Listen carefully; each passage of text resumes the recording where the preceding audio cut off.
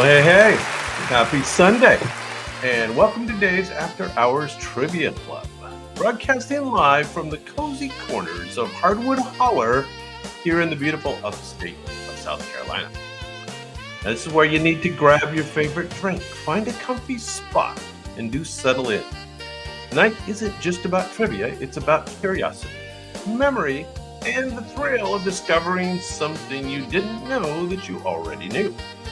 We do usually go live on Sundays with After Hours Trivia Club, always at 7 p.m. Eastern and 4 p.m. Pacific. So do mark your calendars and don't be a stranger. Now, while our Hollywood magic robots do the painting, I will be serving up the clues, and you will be doing guessing in the chat. Tonight's categories: first, we will play a top 20 countdown of Audrey Hepburn's greatest films. Then we will uncover the top 20 gangster movies of all time. And finally, we will discover the top 20 Tom Cruise movies. And we're going to experiment with a slightly faster format on that third round. So I'll want to get your comments after that. And hey, don't forget to visit davidhansonart.com to snag some of the art from tonight's show. Every piece tells a story. And now, some of those can just hang on your wall at home. It's great to see the early bird in the house. Mr. King is here. Hopefully Arena will be in soon. And a special note tonight.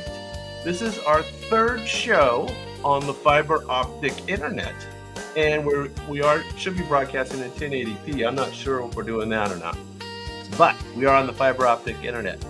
So do let me know if it's noticeably better. Also, YouTube is now streaming to vertical mobile on one feed and landscape for TV and computers on another. So if you don't feel like you got the one you like, you might want to go to my channel and try the other one. It might look better. Who knows? So there are two feeds if you want to check that out. Now it's time to get it going. So let's fire up that first round.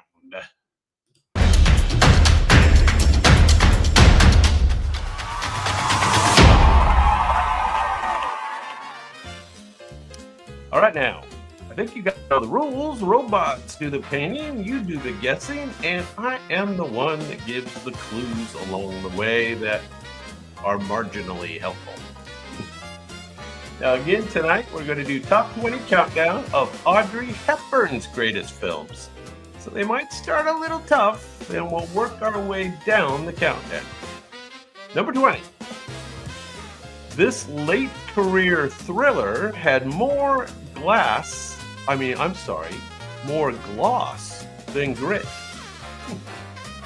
It's based on a Sidney Sheldon novel, and it weaves through wealth, murder, and pharmaceuticals. Audrey plays a business heiress, and she's in way over her head. It's one of the few films where you'll see her in a corporate boardroom. I'm not sure I saw this. This is not charade. That's a great guess. That is incorrect. Try again. This is directed by the same man that was behind the Dr. No movie.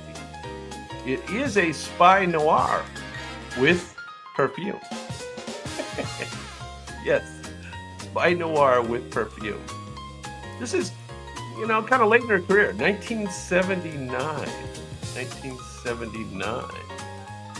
Any other guesses? Going once, going twice. This one's called Bloodline. Bloodline. Despite lukewarm reviews, the film became a cult hit in Europe. Proving even a mess, Audrey brought the elegance. There you go. All right. That's okay. Let's move on. We're going to get to the easier ones. Number 19. This is all the way back in 1959. A romantic jungle tale not remembered for its plot. Sounds like a commentary. Audrey stars opposite a young Anthony Perkins. Hey, Irina. Good to see you, babe. Irina is actually out of town tonight, so it's good to see her checking in. Her character, Rima, is as much myth as woman.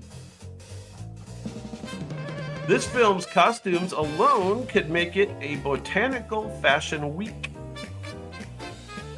Okay, something about a jungle. Character's name is Rima. She's as much a myth as a woman. Yeah, you knew that. Very good. Very good, Kate. Hepburn loved animals. During the filming, she adopted the deer used on set, naming it LP. I think that's what it says. Or is it IP? IP would be more appropriate, I guess. Green Mansions is correct. Green Mansion. Got a little itch. All right, number 18. This film's plot is as tangled as New York City traffic. A Bogdanovich dramedy. Let me try that again. A Bogdanovich dramedy about infidelity, private eyes, and saxophones. Audrey plays an elegant woman being tailed, but not too worried about it. She's calm amid chaos, a soft counterbalance to the urban frenzy. This is 1981, so this is quite late in her career. The movie almost feels like a jazz riff on Hepburn's Grace. I think it's San Francisco. New York City. New York City. The film's plot is as tangled as New York City traffic. She's calm among chaos. The cast includes John Ritter and Dorothy Stratton.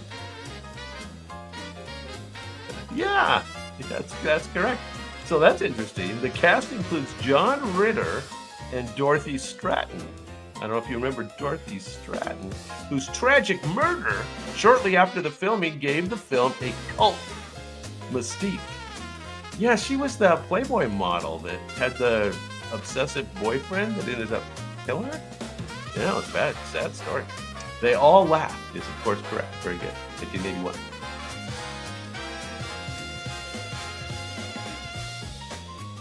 Got a little itch going on my nose there. Number 17.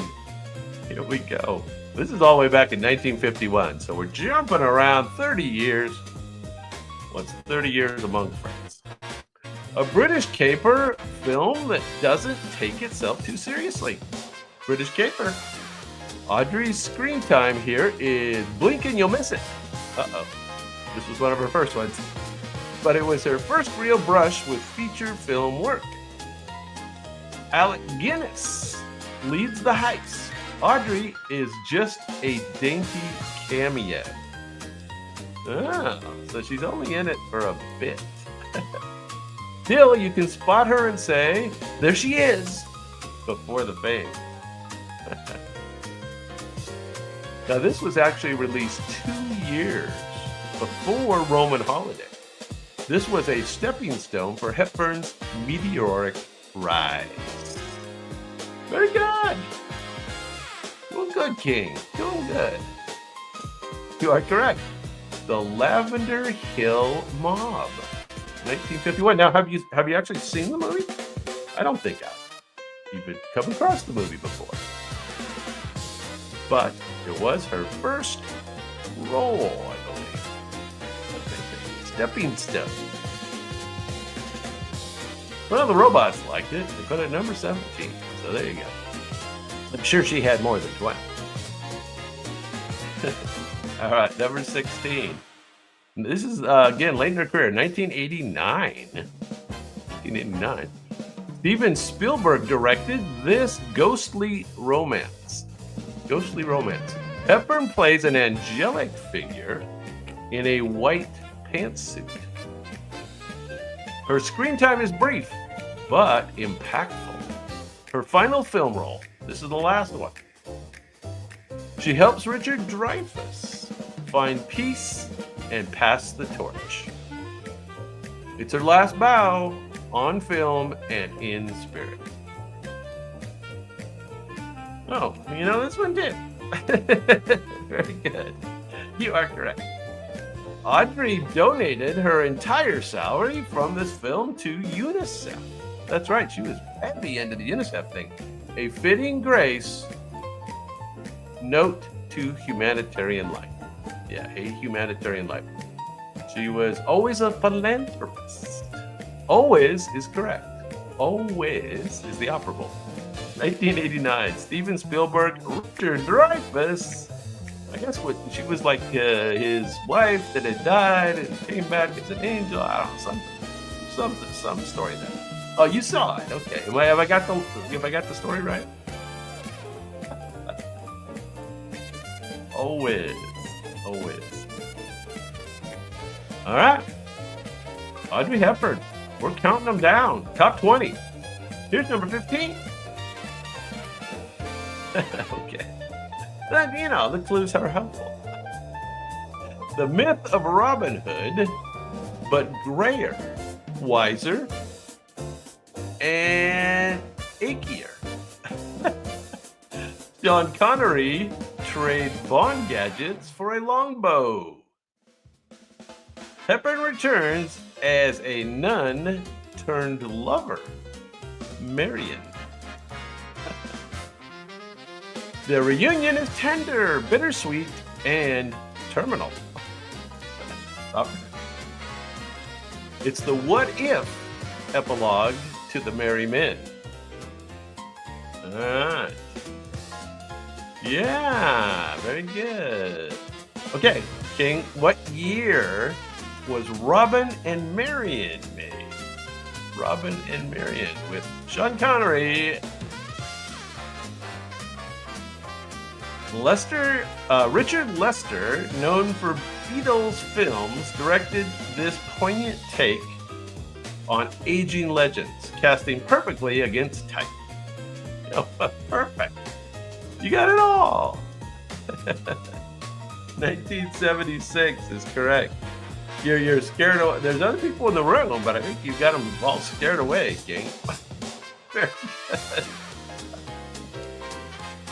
All right, you're doing great. Keep it up. Let's see if you can go for the circuit. Number 14. All right. Art heist shouldn't be this charming. Peter O'Toole and Audrey play partners in crime. Sort of.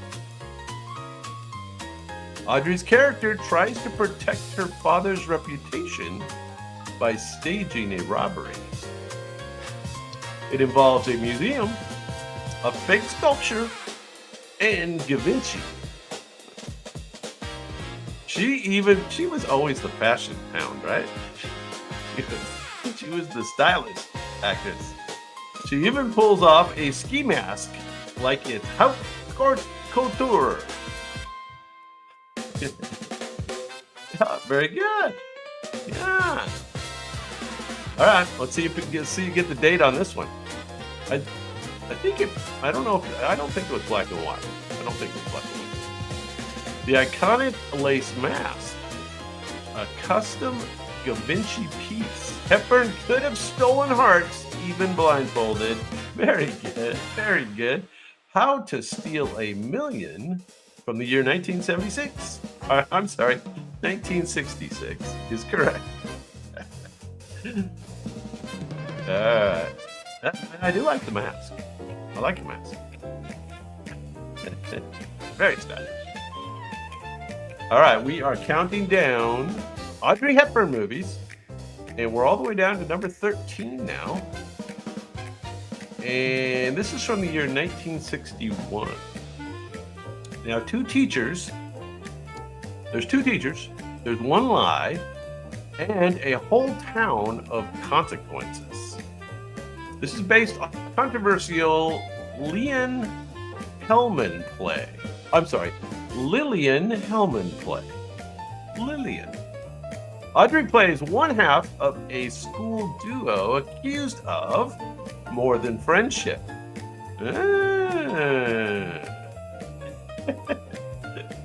Now, I'm going to ask you to get that other actress. Who's the other actress in this? It was bold, serious, and decades ahead of its time. Well, I guess 1961. She gives a quiet, serene performance of dignity under fire. Very good. You've got the movie now. Who's the other actress? Gallivanting around with Audrey.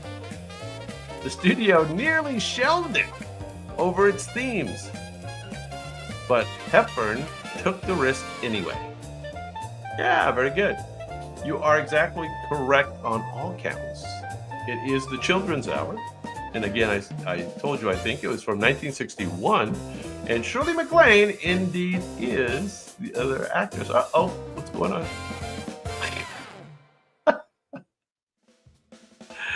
Yeah. All right. We're down to number 12. And we're going to go back in time to 1956. This is a classic. Arena, you might know this one. Tolstoy in Technicolor.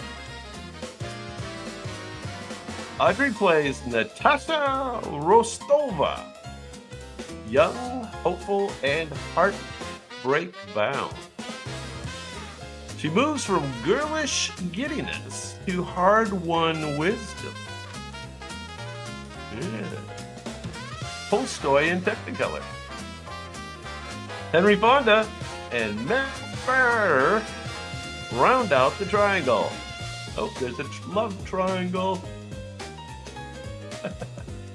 You don't watch this one for historical accuracy. Just grace and gowns. All right, so apparently it wasn't perfectly to the book. She actually studied Russian dance and dialects for months, only for her voice to be dubbed in the final cut. I guess she didn't get the Russian accent just right. They dubbed her voice. What's up with that? You are correct on everything, of course. War and Peace from 1956. Natasha Rostova. There she is. Okay. All right. We're down to number 11. Audrey Hepburn, Countdown. 1964. A screenwriter procrastinates, and Audrey plays his muse. It's Hollywood satire in a Parisian package. Now I'm going to ask you to get her co-star on this one. He's barely written in. She's carrying the plot.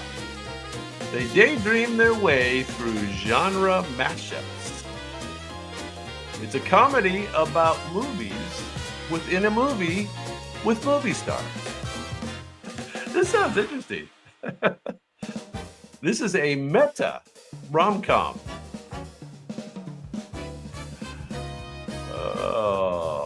This is not Roman Holiday. I am sorry. This Roman Holiday, of course, was her big breakout, and that was in black and white, I believe. But anyway, we might get to it later. This meta rom-com was filmed years after this actor and Hepburn had a real-life romance. Awkward tension included. So this is after they had a real romance and they had to act together.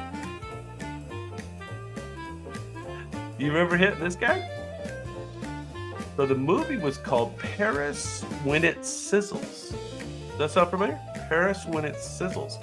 And that was what, again, another charade. Hang on to that. You may come up. William Holden. William Holden was the actor. All right. Number 10, top 10, Paris again. But this time, she's chasing older men and mystery. Hepburn plays a curious cellist with a detective father. Her love interest is Gary Cooper, about 30 years her senior. 30 years? The romance starts with snooping and ends with swooning. That's about the same for Arena and I. If May-December romances had a cinematic blueprint, this is it. May-December romance.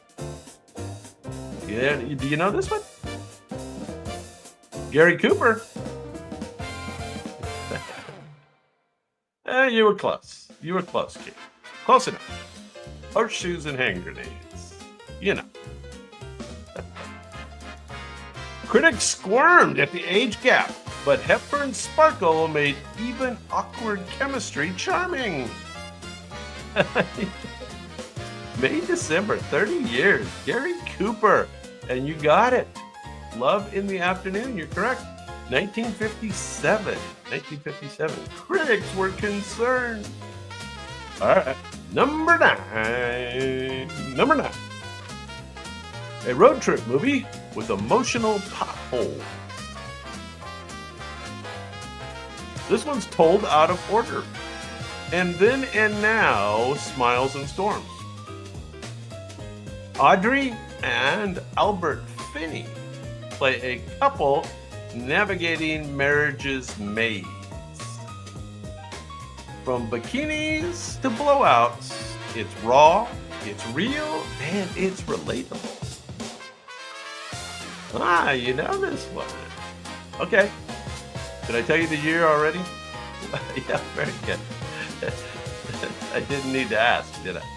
It's Hepburn's most modern and vulnerable performance. Oh, cool. The film was so non-linear, editors had to color code scenes just to keep track of the timeline. Yeah, that's what happens when you play those games. 2 for the road, and you are correct. 1967. 1967. All right. We're down to the top 8 now.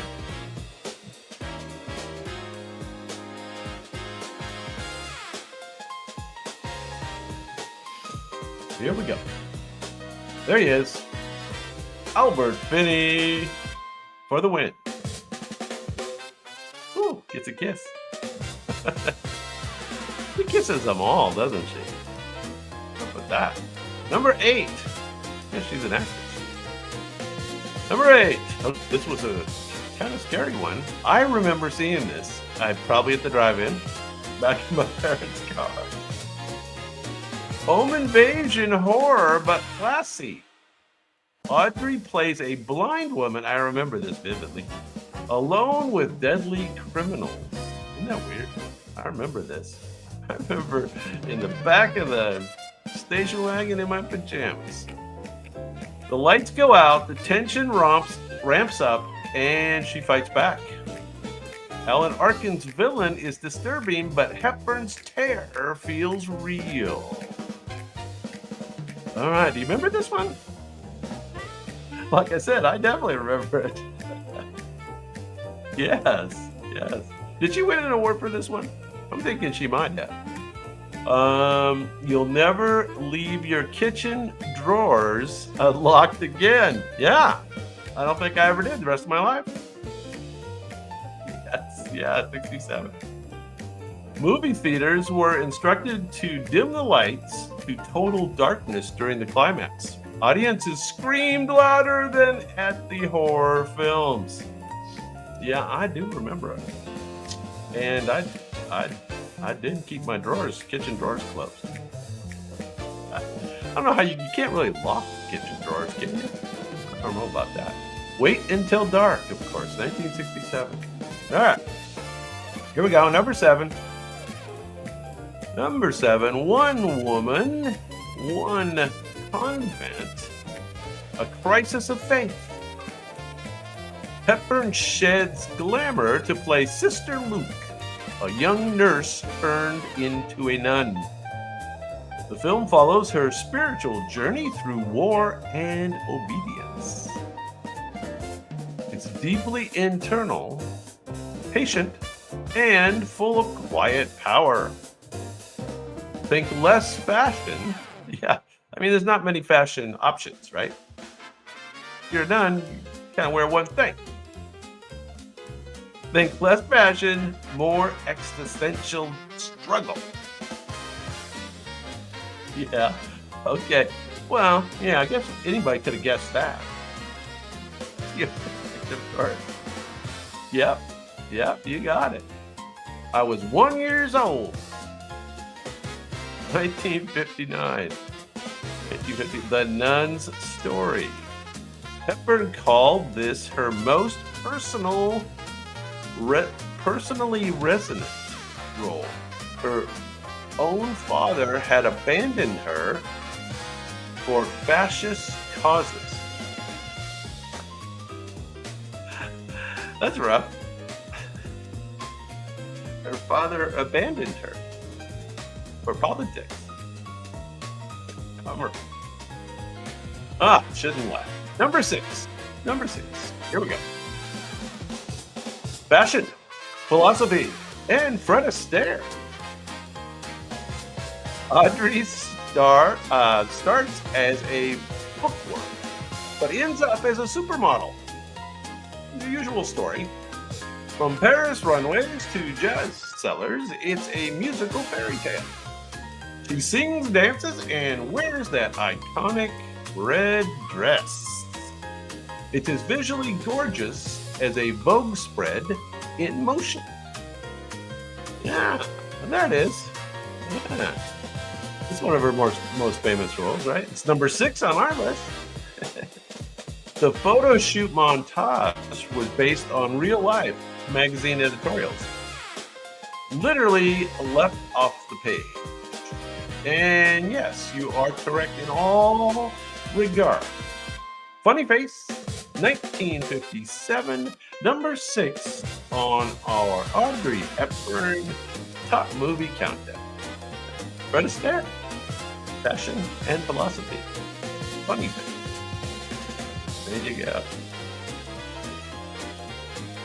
All right. Oh, there she goes. This is one of the best little movies, I think. Yeah. Very good. Iconic red dress. All right, King. You've been waiting for this one. Yeah. Cary Grant and Audrey Hepburn. Pure movie magic. A murder mystery wrapped in flirtation and suspense. There you go. You were waiting for that. Another Paris. She spends a lot of time in Paris, doesn't she? Parisian streets, shifting identities, and one deadly MacGuffin. MacGuffin. Is that where they got it from for the Superbad movie? MacGuffin? Is that something different? It's Hitchcockian, but with better banter. Every time Grant lies, Hepburn gets funnier. Okay. Yeah, you know, it's Charade. You're correct. From the year 1963. 1963. Grant insisted the script make Hepburn the pursuer. Flipping the usual gender roles, he felt too old to chase her believably. Yes. Charade from 1963, checking in at number 5 on our Audrey Hepburn top movie countdown. All the way down to number 1. McLovin. Yeah. Close though, right? I mean, really close. All right, number 4. I'm going to make you guess the date. Chauffeur's daughter returns from Paris with a vengeance. Paris again. Audrey is transformed, but still wistful at heart. Now, this has 2 famous gentlemen from the Golden Age, and they both want her, but for different reasons. It's a Cinderella story wrapped in Givenchy again. Her look became a global fashion reset. Okay, this is where the little black dress comes in. First time. Audrey personally chose Herbert Givenchy to design her wardrobe, kickstarting a legendary fashion partnership. Yes, of course. This is Sabrina, and the year was 1954, and this did kickstart a legendary fashion partnership. Sabrina, Givenchy, Bogart, and William Holden as well. There you go. All right. Well, that means we're down to the top three. Sabrina checking in at number 4. Hey, Sabrina. All right. Number 3. The Cockney flower girl who becomes a Duchess of Diction. Audrey lip syncs to Marnie Nixon's singing, but no one cared. She goes from gutters to galas, and we go with them. So I'm gonna make you guess her co-star in this movie as well. I think she won an award for this. Or maybe not. Her co-star snarls. She softens its verbal boxing with ball gown. Every scene in a costume party with class warfare. Despite her charm, Audrey was controversially cast over. Yes, you're correct. So, who was she cast over? Somebody else was supposed to get this role. And she didn't even get nominated for an award because of it. All right, so Rex Harrison was her co-star. And My Fair Lady is, of course, correct, 1964. And she was cast over Julie Andrews. Julie Andrews. Sound of Music fame. There you go. All right, top 2. I think you could guess it. A princess walks off the job for one glorious... I'm not going to say the next clue. Her co-star plays the American reporter who finds her. Then rides Gelato and Heartbreak, La Dolce Vita. Yeah, well, that's what everybody else thought too, King. Everybody else thought Julie would make it.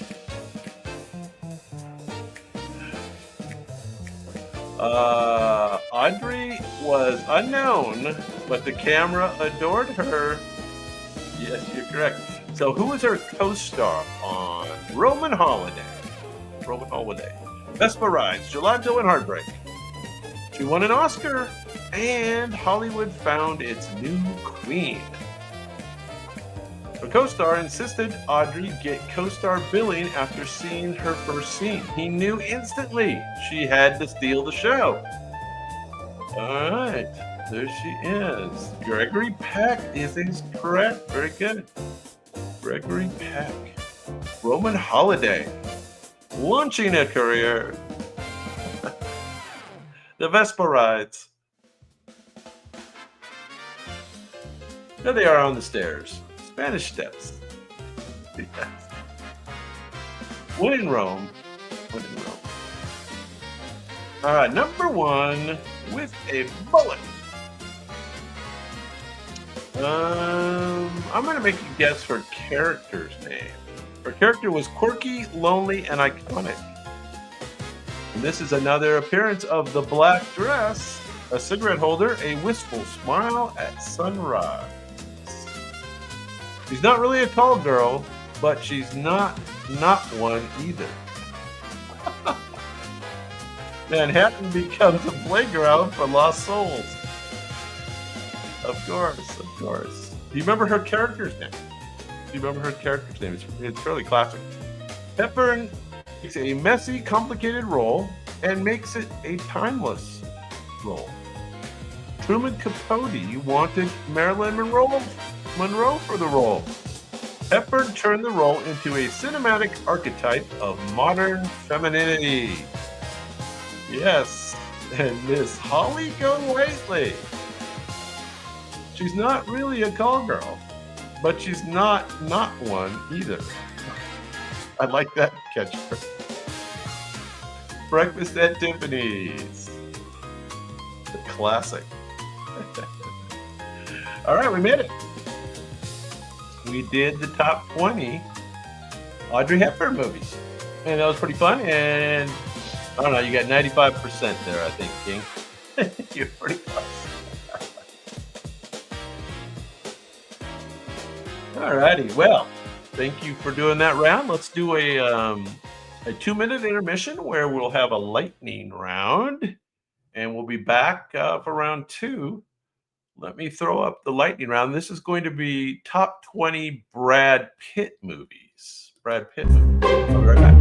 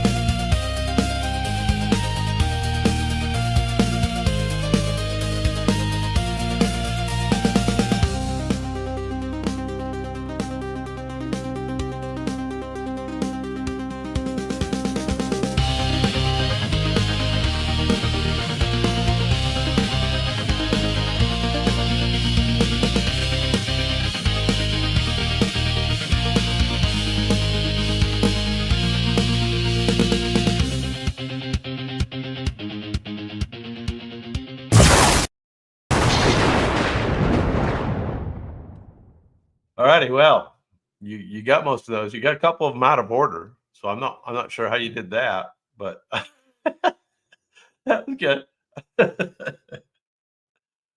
I love Once Upon a Time in Hollywood. I think that's one of my favorite movies of recent years. It's definitely one of my favorites. Anyway, yeah, you got most of those for sure.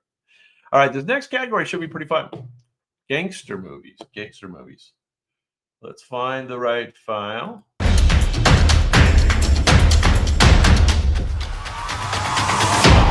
We'll get it going.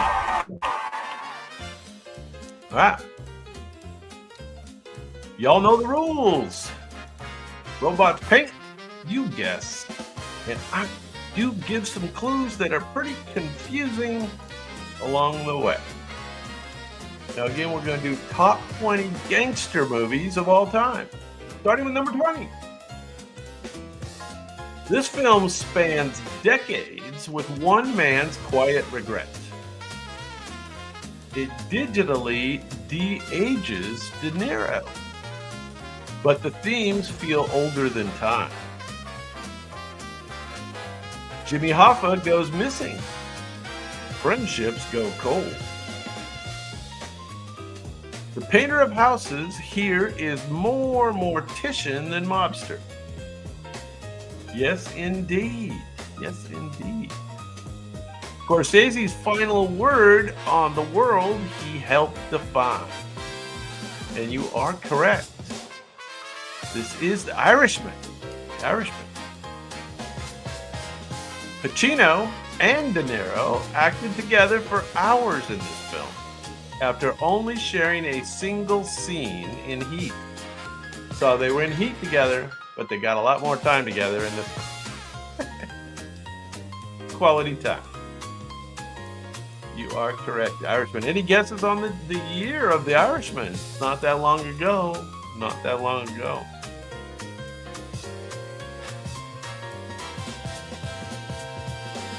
Yeah. Oh, yeah. It's crazy how this is number 20, right? There's that many good ones. So there you go. 2019. 2019 was the year. All right. Well, that was number 20. We all know how the game is played now. Join in if you're new in the room. Give King a run. Let's go. Throw some guesses out there. Number 19. Guilt and street violence in Little Italy. Scorsese's first personal plunge into Catholic conscience and crime. Robert De Niro's Johnny Boy is a walking firecracker. So Robert De Niro's one of them. And I'll make you guess the other actor who plays the conflicted soul who keeps forgiving him. It's the first heartbeat of a lifelong mob obsession. The church where his co-star's character prays was Scorsese's actual childhood parish. So that's interesting. Yeah, very good. And who's the co-star? Robert De Niro's is Johnny Boy, and he co-stars with a famous other acting mobster.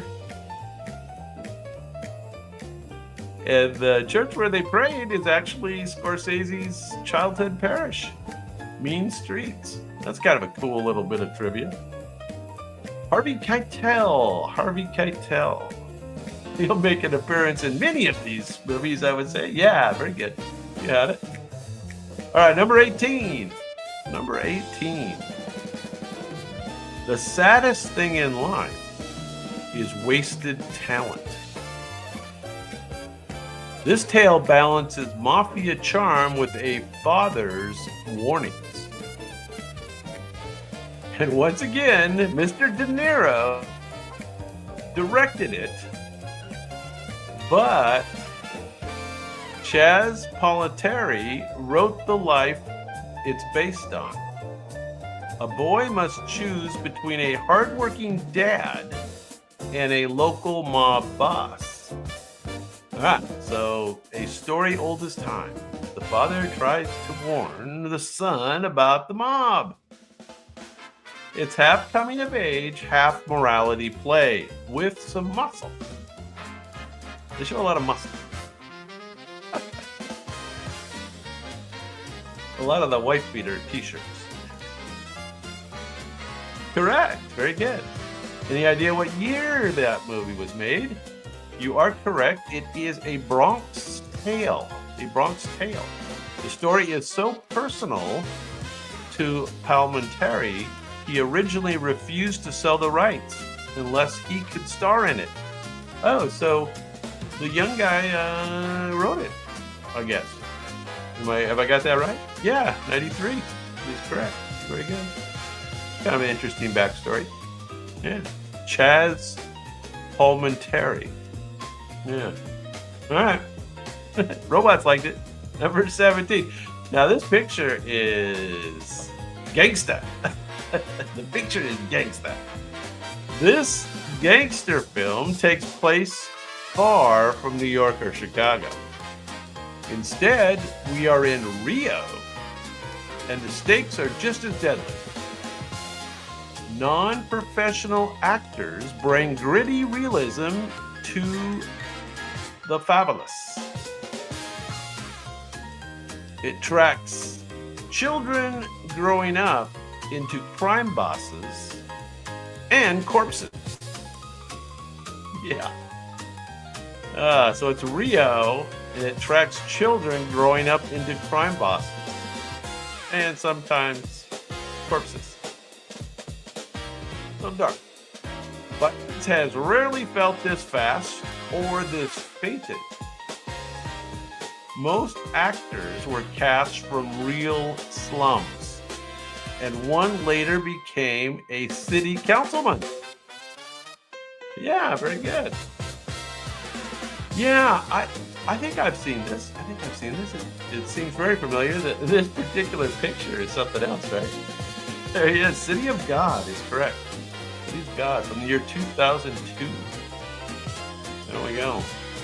It's on the gangster list. All right.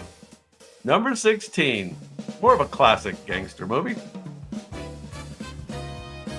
Forget about becomes code for moral erosion. Johnny Depp goes undercover, but his heart gets compromised. Al Pacino's aging mobster is tired, he's sweet, and he's quietly doomed. He's sweet. Friendship becomes a casualty of FBI loyalty. It's based on a true story of betrayal from the inside. Yeah, very good. Very good. Any guesses on the year?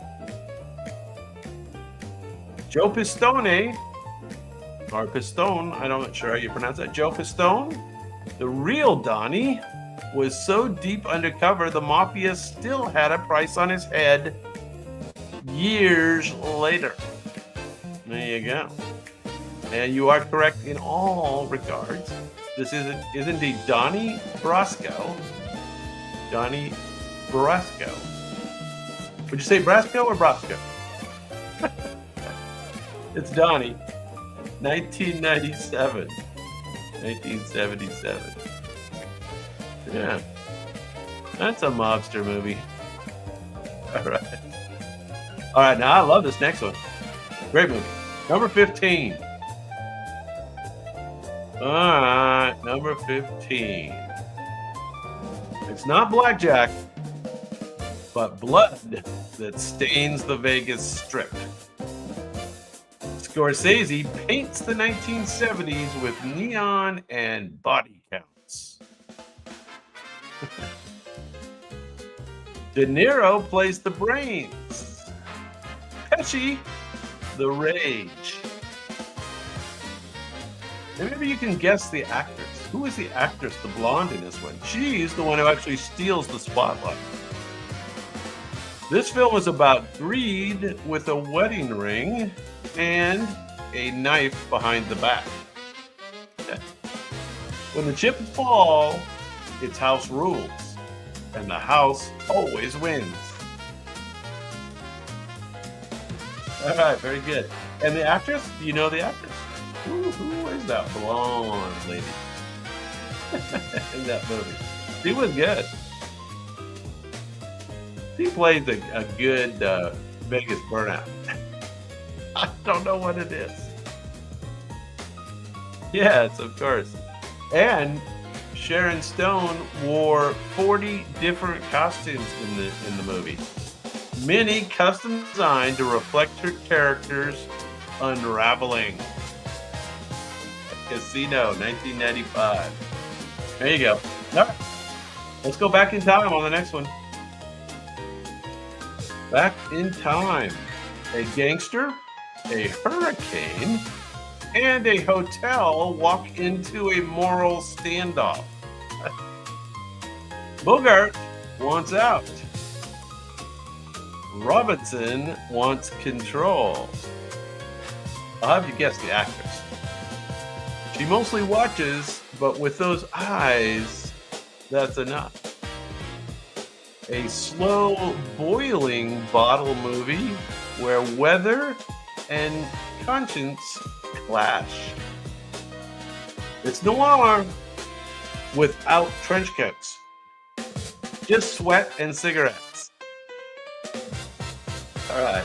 So this one sounds great. I don't think I've ever watched it, and it sounds great. Yes, very good. Have you've seen it? Any guesses on the actress? Edward G. Robinson and Humphrey Bogart. Wow.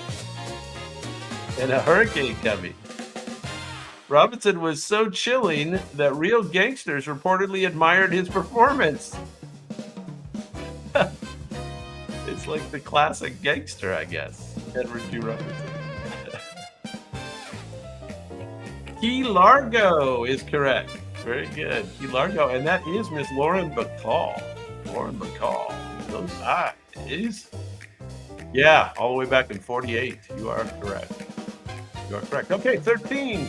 Let's go back even further.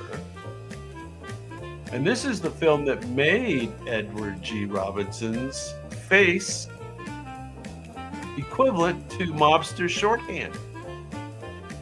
Rico starts small, climbs fast, and talks tough. Rico.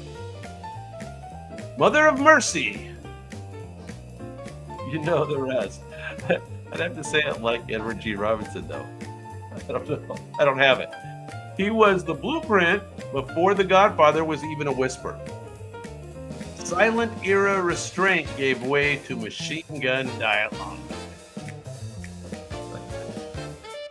All right, Edward G. Robinson, way back. It was one of the first films condemned by moral watchdogs, sparking the Hays Code crackdown. Wow. So this movie actually made them crack down on violence in movies. No, it's not Scarface, but hang on to that. You're a little bit clairvoyant. It is from the year 1931. 1931. Edward G. Robinson in a movie called Little Caesar. Little Caesar. It's like he goes in for a kiss here. I don't know if it's one of those mobster kisses. I'm not sure. I don't know. Grok's getting crazy there. All right. So, the next movie, this is the remake. I will give you that clue. It's the remake. Say hello to cocaine cinematic mascot. Al Pacino trades his Corleone cool for full volume swagger. yeah, you had it, but hang on to the other one because this is the remake. Does that make sense? Miami's neon and gunfire set the stage for 1980s anti-hero. He is an anti-hero. And how about this? What was the character's name? I mean, Scarface, but what was his actual name? Over the top, yes. Underquoted, never. Yes. Lots of quotes from this movie. And yes, my favorite scene. The chainsaw scene was so intense it nearly got the film an X rating.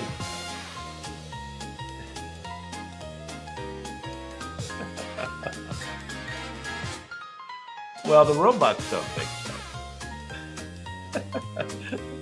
Yeah, Tony Montana. Tony Montana. Cool name. And yeah, the chainsaw scene with the Colombians. Oh my gosh. All right. Number 11. The Colombians. Number 11. Loyalty is just another pawn in this chessboard of betrayal. The Coen brothers go full noir in a pinstripe suit. All right. Irish mob, Jewish gangsters, and a fedora with secrets. Gabriel Brine plays a fixer with too many angles. It's a great picture. I don't know if you remember this one. I'm going to give you the date. This is from 1990. Coen Brothers. The film bleeds style and smokes with slow burn tension. The signature shot of the hat blowing through the woods was a spontaneous onset idea. Very good, very good. Loyalty is just another pawn in this chessboard of betrayal. And yes, you are correct. It is Miller's Crossing. Miller's Crossing from 1990. 1990. Yeah, I think I probably saw it, but I'm not remembering. The signature shot of the hat blowing through the woods was a spontaneous onset idea. Cool. All right. That means it's time for the top 10. Here we go. And if you can believe this one's number 10. Oh my gosh. A cat and mouse game where the cat might be wearing a badge. Boston accents and double crosses fly fast. DiCaprio's undercover, Damon's two-faced, and Nicholson is unhinged. What's new? That all sounds right. DiCaprio's undercover, Damon's two-faced, and Nicholson's unhinged. Identity is a costume. Survival is a gamble. The rat in the final shot says it all.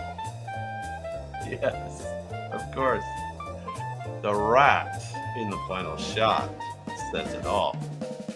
Scorsese's he finally won his Best Director Oscar for this. They finally gave it to him.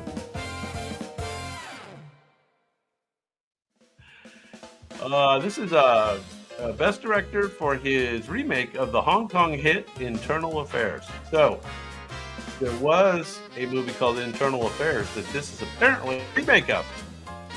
And you are correct. It is The Departed. The Departed from the year 2006. Yeah. Yeah. Double crosses. Two-faced. Nicholson's unhinged. All right. Top 9. Number 9. Go back in time a bit. Glamorous outlaws with terrible aim and better style. Depression-era rebels, they were very stylish.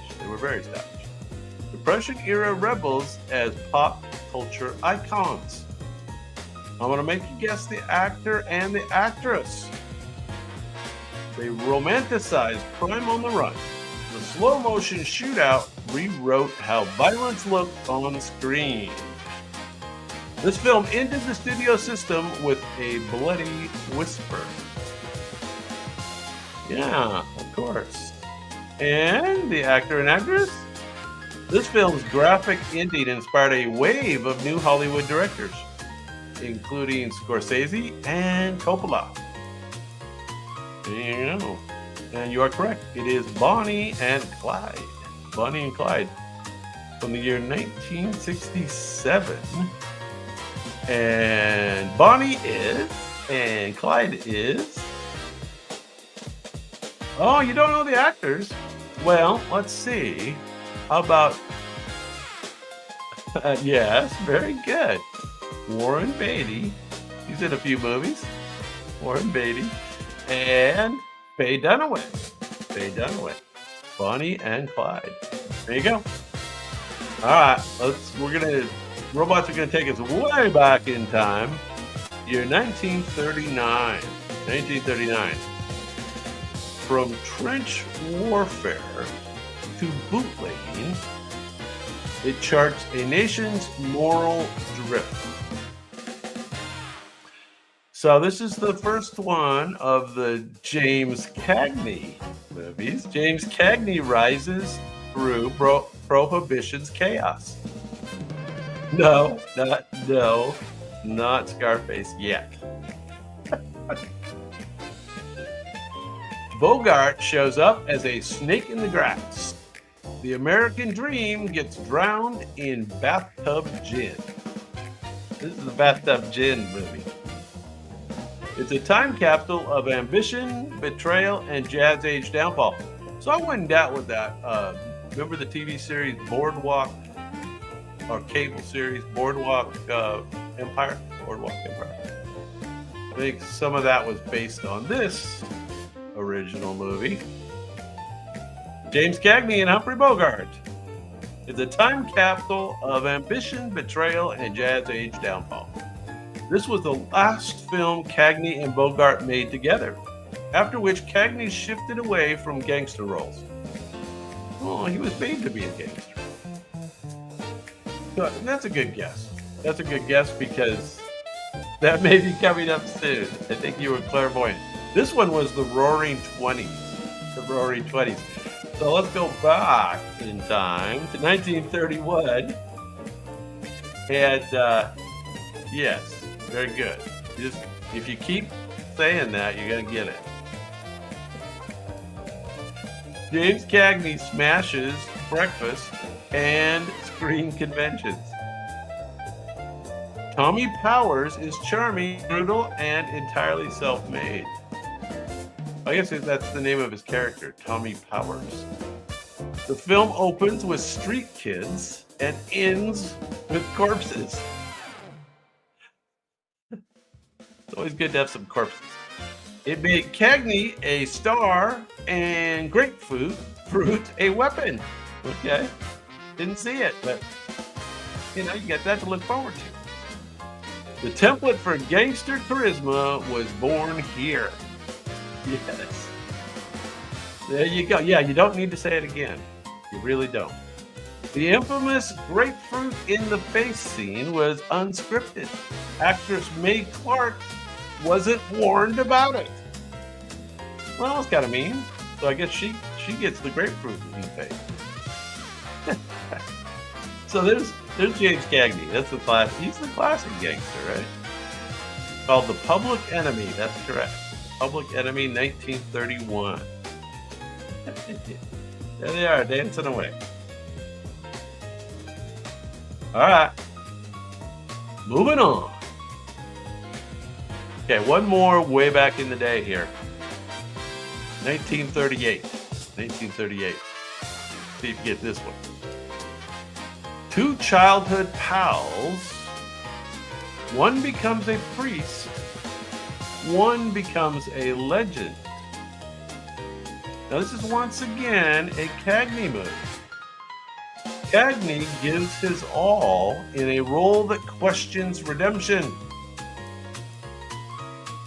The dead-end kids idolize a crook who might fake fear for them. The electric chair looms like a final exam in morality. Yeah, very good. Very good. You may cry at the last walk, if he was bluffing or not. The ambiguity of Cagney's final act has been debated for decades. He took the secret to his grave. There you go. One becomes a priest and one becomes a legend. And you are correct. It is Angels with Dirty Faces. Angels with Dirty Faces. All the way back in 1938. And the robots liked it. Put it on their top 20 gangster movie countdown. Well, that means we're down to the top 5. Top 5. Now, I need the exact correct answer on this one. Very important. Number 5.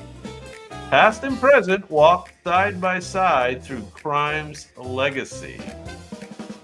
So it's partly a prequel, partly a sequel.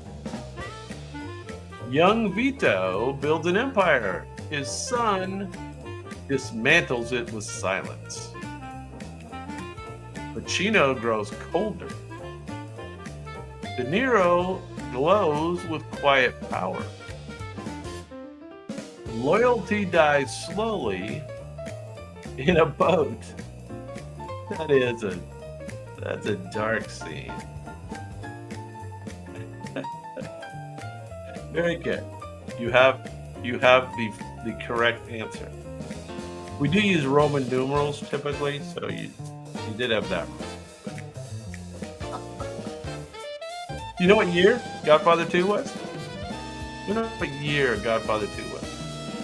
It's not just a sequel, it's a Shakespearean saga. Yes, it is. This was the first sequel to win Best Picture. So there is that. That is a bit of trivia, right? I mean, it is the first sequel movie to win a Best Picture. And still the only one that outshines its predecessor in most fans' eyes. Not the robots, though. All right. Number 4. Now, this one goes back to 1932, and we have been talking about it a bit. Before Pacino shouted it, Paul Muni glared it. This is based loosely on Al Capone's real-life rise.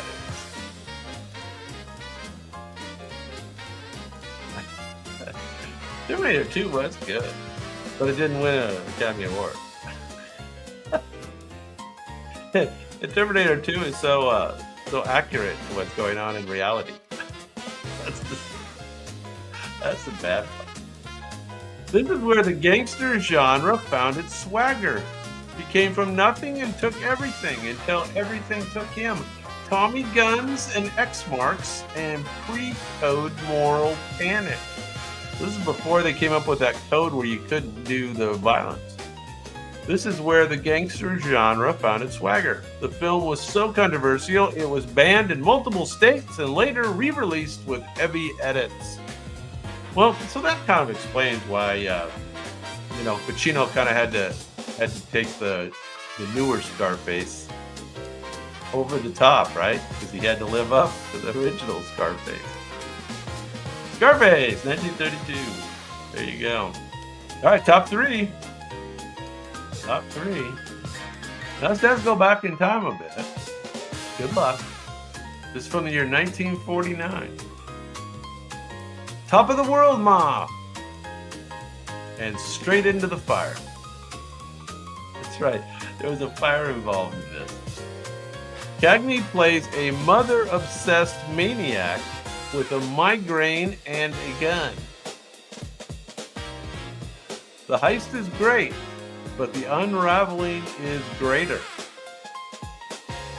He's not a gangster. He's a psychological case study. This is he's explosive in every sense of the word. Very good. Very good. Did you see this one? This is another Cagney. Cagney is quite the monster. This was Cagney's last gangster film and his most unhinged, ending in one of cinema's biggest literal bangs. So this must be him starting the fire where the whole thing explodes or something. Top of the World, Ma! You are correct. It is White Heat. White Heat from 1949. Cagney's last gangster film.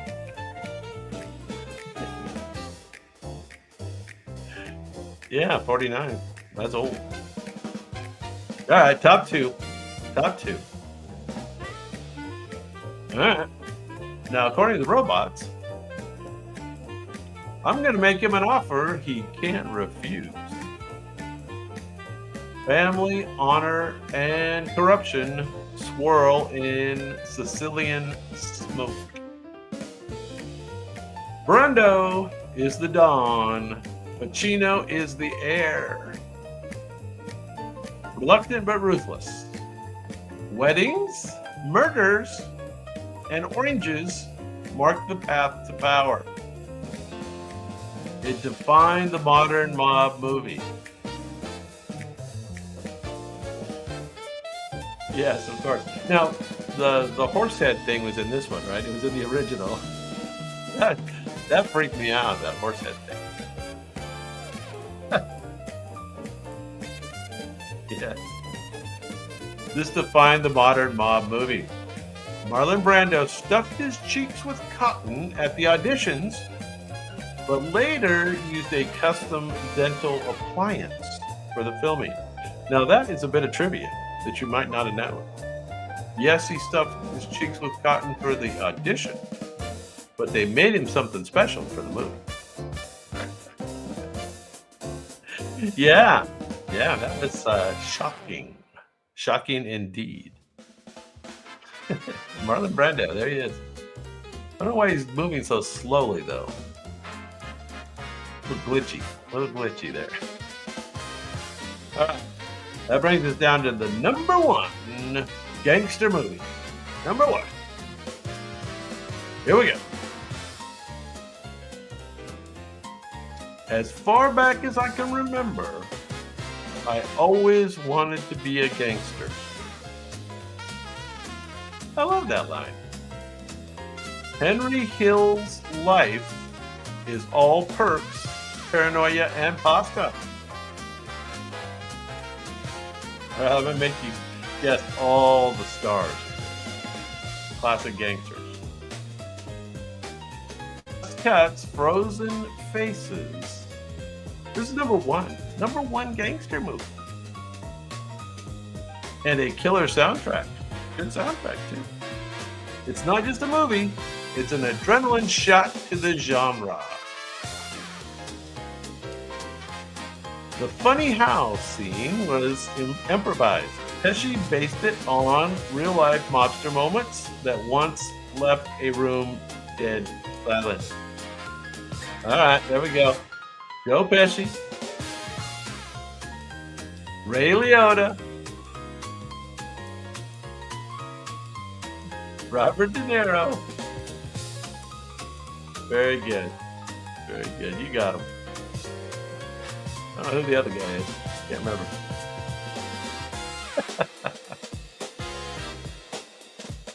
All right. Well, pretty good job there, King. Not bad at all. Now, I do have another quick intermission. Are you up for a round three, King? You have to let me know, because we don't have a lot of people in the house. And we could skip it if you don't want to do it. It is, I do have the speeded up version. The round three will be Tom Cruise movies in half the time, faster. Only two clues per round. And so if you want to do it, we can do it.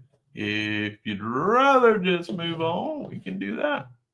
All right. Well, I won't make you sit around through an intermission. I will fire it up and we will get it going.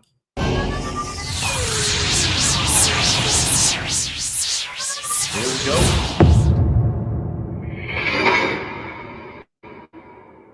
All right. Y'all know the rules. Robots do the painting. That means you have to guess the answers. And I will give you some clues that are sure to confuse you along the way. And again, this is a faster round than usual to try it out. Just 2 clues for each movie. We're going to get the top 20 Tom Cruise movies. Okay? So, be on the ball. Tom Cruise plays a U.S. senator defending a controversial war policy through tense conversations. There's more ideological tension than action, with Cruise sparring intellectually with Meryl Streep. All right, that's all you get. Oh, you know it. Very good. Very good. Very good. You are correct. This is Lions for Lambs. Lions for Lambs from the year 2007. It is one of the few political roles with no running, just rhetoric. That's right. Tom doesn't run in that one. All right, number 19. Just 2 clues. Cruise slides into stardom in his socks, sunglasses, and rebellion. A teen suburban adventure turns into an unlicensed capitalist startup. That's right. Unlicensed startup. Yeah, very good. Remember the actress's name. Risky Business is, of course, correct, from the year 1983. And that Bob Seger dance scene was totally improvised. Totally improvised. There you go. Rebecca De Mornay. Rebecca De Mornay. Yeah, Bob Seger. All right, number 18. A disfiguring crash sends Cruise's character into a surreal spiral of lucid dreams and broken memories. Reality and illusion blend as his life unravels in luxury. Yeah, that was a weird movie, right? I had a hard time following it. I did like the actresses in it, though, right? It had Penelope Cruz, and didn't it have Cameron Diaz too? I can't remember. Vanilla Sky is correct. There you go. All right, moving fast. Number 17. Cruz plays a former military investigator with fist-like facts, sharp, blunt, and unrelenting. He uncovers a sniper conspiracy with diner coffee and deadpan charisma. Very good, very good. Jack Reacher is correct. Jack Reacher from 2012. Fans debated his height, but few questioned his intensity. Yeah, you know, I don't think he didn't reprise this role, right? He left the role. He was too short. Jack Reacher. He was good. Wow, okay. All right, number 16. A drone tech discovers his post-apocalyptic Earth isn't what it seems. Clones, memory wipes, and sleek ruins define this stylish sci-fi mystery. Very good. Very good. You are correct. It is Oblivion from the year 2013. Cruz insisted on shooting Icelandic exteriors practically, not CGI. Okay. There you go. It's really Iceland. No CGI. All right, this one was pretty cool. Number 15. I like this next one. And he looks different. A silver-haired Cruz plays a sociopathic hitman hijacking a cab for one deadly night. LA glows noir as he forces Jamie Foxx's driver into the underworld. Yeah, pretty cool movie, right? I liked it. Collateral is correct. Collateral from 2004. Cruz trained secretly as a FedEx delivery guy to prep for blending in. Okay. All right. Method actor. Yeah, I liked it. I liked it. Number 14. A disillusioned American soldier is captured in Japan and slowly adopts samurai ways. It's a tale of cultural immersion, cherry blossoms, and sword swinging redemption. All right, there you go. How about the year, King? You know, the year of the last samurai. What year did they make that? Cruz spent nearly a year learning sword combat and Japanese etiquette. Bushido. Very good. 2003 is correct. The Last Samurai. Bushido. All right, next one's one of my favorites too. One of my favorite sci-fi movies. In a future where crimes are stopped before they happen, Cruz becomes the system's next suspect. That's a little turn of fate. As he runs, he's running again. Premonitions, I guess it's premonitions. Spider bots and Spielberg level tech chase it. Yes, of course. Did you like it? I loved it.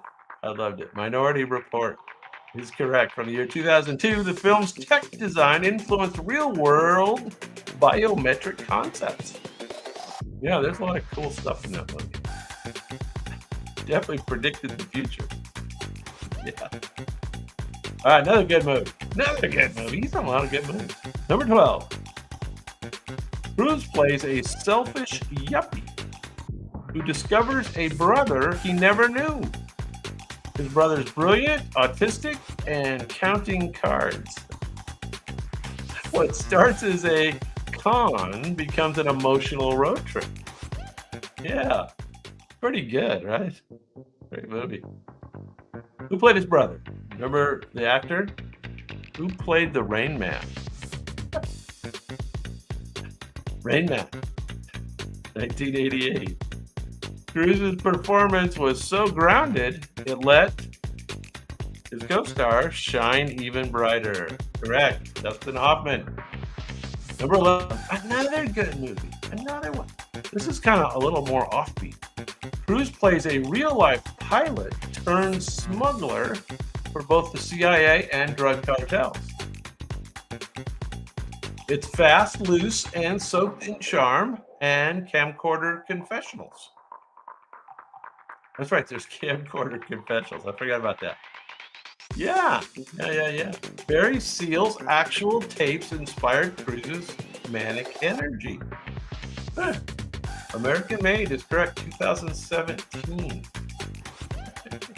There it is. I liked it. Did you like it? A little bit offbeat, but I did like it. Okay, top 10. Top 10 Tom Cruise movies. Here we go. Cruise brings fire as a Navy lawyer battling cover-ups at Guantanamo. His courtroom clash with Jack Nicholson gave us an iconic outburst.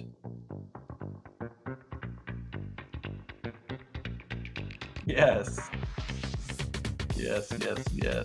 Of course, A Few Good Men from the year 1992. You Can't Handle the Truth was almost cut out of the movie until live audiences roared. Now, how could they cut that out of the movie? That makes no sense. No sense. A Few Good Men, 1992. There you go. Number 9. And another one of my favorites. There's a lot of favorites. This plays the flamboyant and cruel vampire stealing scenes from it's one of Brad's brooding roles. His performance is decadent and dangerous. Yes, it is. It's very dangerous. Brad Pitt's brooding bloodsucker. Even Anne Rice admitted Cruise nailed it after famously objecting to the casting. I bet. Hey, we've got another player. Yvette's in the house. What's going on? Good to see you. You are correct. Interview with a Vampire. Very good, guys. Both got it. All right. Number 8. We're doing the fast. This is our fast run. This is at 2 times speed. Ethan Hunt faces personal stakes and a terrifying villain, ramping up the emotion and explosions. A Vatican break-in and bridge ambush raise the bar.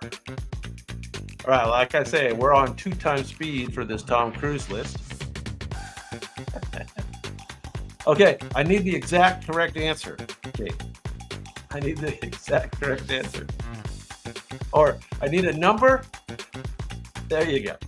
Very good. Mission Impossible 3 is correct. This was J.J. Abrams' first feature film, and he brought TV-style pacing to the big screen. Number 7. Cruise returns to the cockpit, pushing new pilots and fighter jets past the red line. Nostalgia meets real G-forces in a heartfelt sequel. Now, this was good too, and I know in the year that it was 2022, and I remember that was the best movie I saw that year. Yeah, very good, Yvette. You guys are both correct. It is Top Gun, and of course, the tagline is Maverick. All flight sequences were shot with actors in real jets. No green screens. No green screens. Okay, number 6. I need the exact correct answer. This time it has a tagline. Cruise runs, jumps, and halo dives across continents in his high-octane installment. In this high-octane installment. The plot twists, but the action never lets up. He broke his ankle on set, and he kept filming the shot that made the trailer. All right. So, what movie is this one from? Anybody remember this one? We're doing the top 20 Tom Cruise movies, and we are running it at twice the normal speed. Mission Impossible. I don't know if it's 7 or not. Fallout was the name of it. Yeah, correct. Mission Impossible. Okay, here we go. Number 5. Cruise transforms into a real-life vet named Ron Kovic. From patriotic Marine to anti-war activist. It's raw, political, and painfully honest. Who remembers this one? There you go. Fabulous King. This role earned him his first Oscar nomination and changed how people saw him. Changed how people saw him. There you go. Now was number 5 on the Tom Cruise list at 2 times speed. We are going through these quickly. Usually we'll have 5 clues, and it'll take about 1.5 minutes each one. This one's 45 seconds and 2 clues. Cruise plays a toxic guru, this one's harder, whose breakdown reveals deep emotional scars. It's a bold, strange, and frog-filled drama of intersecting lives. I'm not sure what that means. His monologue at his father's deathbed earned him a rare supporting actor Oscar nod. There you go. You're correct. So I guess he was actually the supporting lead. Magnolia is correct. From the year 1999. 1999. Best supporting actor nomination. There you go. Okay, we're down to the top 3. Top 3. This is the original. Maverick lives fast, flies faster, and cries just once. It's a Reagan-era fantasy of cool jets and cooler jackets. Yes, the jackets are good. Navy recruitment surged after this film. Yeah, of course. Of course. And what was his co-star's name there? What's the actress's name? Top Gun is correct, from 1986. Top Gun Fever was real. Kelly McGinnis. Kelly McGinnis, in case you didn't get it. Okay, top 2. Top 2 Tom Cruise movies. Cruise introduces Ethan Hunt with poise, paranoia, and a silent rope drop. This stylish spy reboot kicked off a franchise that never stops running. So obviously this was originally a series, right? TV series. And then they brought it back as a movie. And you know the year that the first one was made? The year that the first one was made. She kind of looks like a Deborah King. Or a Kelly. One or the other. Mission Impossible is correct. 1996. 1996. There you go. Okay, you got it. Okay, top 1. Robots love this movie. Cruise dies repeatedly in this time loop alien war, learning how to fight back. It's a sci-fi with brains, humor, and his co-star with a sword. The original title bombed, but word of mouth made it a cult classic.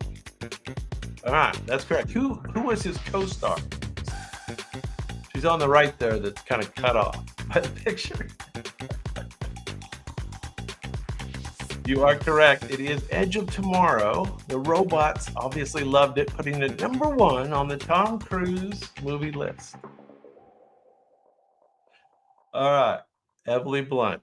Very good. Okay, so I don't know, Yvette, if you've played the game before. Your name seems familiar. You might have been here before, but I don't know if you guys liked the real fast speed or not. What'd you guys think of the fast speed? Did you like that? Or no? Maybe not. All right. Well, okay, first time. Well, so normally you get twice as much time, and I give a few more clues. It's a little bit more of a chit chat. But once in a while, especially if we do a best of, I think we'll bring it back at 2 times speed like that, and do just the 2 clues. So hopefully the little mixing and matching will go well. Anyway, I have some bad news that I do need to take a week off. I've got a prior engagement next Sunday night. We're skipping the Wednesday for now. We're trying to consolidate the show. Had a little trouble building back viewers. Holiday season, I don't know, something. We're gonna do Sundays for a while, and we are back at 7 o'clock, King. Hopefully that's a little bit helpful. I think it's the best for the show, so we're back at 7, and I do need to skip next week, so there'll be no show on the 30th, November 30th, but we'll be back again 2 weeks from tonight on 12/7, and we will be featuring Marilyn Monroe top 20 movies and top Steven Spielberg movies. And I don't remember the other one. Let's see. And new wave bands. Little mix up there with pop culture. All right, man. Anyway, yeah, you definitely smashed it tonight, King. All right, now to close it out tonight, I do have a reprise of all the little videos from us. So a compilation of all the little videos. You can watch those and see what we played earlier. And I do appreciate you guys showing up, and hopefully you'll come back again. We'll see you.